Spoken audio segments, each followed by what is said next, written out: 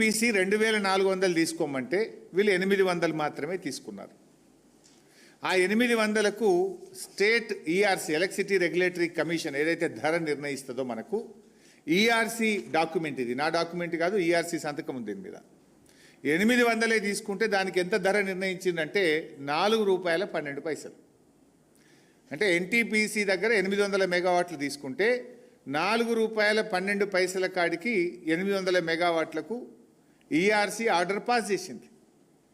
₹4.12కే వస్తుంది కదా ఇక్కడ ఎన్టీపీసీ. వాడు 2400 ఇస్తా అంటే నువ్వు 800 తీసుకుంటా అన్నావు పాపం, ఇంకా 1600 వద్దన్నావు. ఇప్పుడేమంటున్నావు? పవర్ ప్లాంట్ పెడతా అంటున్నావు. ఇప్పుడు పెట్టే పవర్ ప్లాంట్లలో రామగుండం 800, పాల్వంచ 800, మక్తల్ 800 అని చెప్పినావు. రామగుండం 800కు జెన్కో డిపిఆర్ తయారు చేసింది. జెన్కో డిపిఆర్లో 10,800 కోట్లు ఖర్చు అవుతుందని డిపిఆర్ను ప్రభుత్వానికి సమర్పించింది. నిజమా అబద్ధమా? సూటిగా సమాధానం చెప్పు. 10,800 కోట్లతో జెన్కో డిపిఆర్ ఇచ్చింది, నిజమా కాదా? 800 మెగావాట్లకు 10,800 కోట్లంటే 1 మెగావాట్కు 13,62,00,000 రూపాయలు ఖర్చు అవుతుంది. ఇది స్టార్టింగ్, అయిపోయే వరకు అది 16-17 కోట్లు అవుతుంది.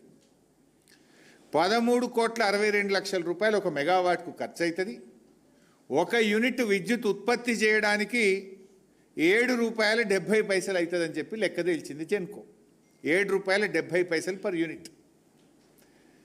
మరి 10,880 కోట్లు కాస్త ఏమవుతుంది? పూర్తయ్యే వరకు 15,000 కోట్లు అవుతుంది. ఈ 15,000 కోట్లలో 25% జెన్కో రాష్ట్ర ప్రభుత్వం డబ్బులు పెట్టాలి, 75% అప్పులు తేవాలి.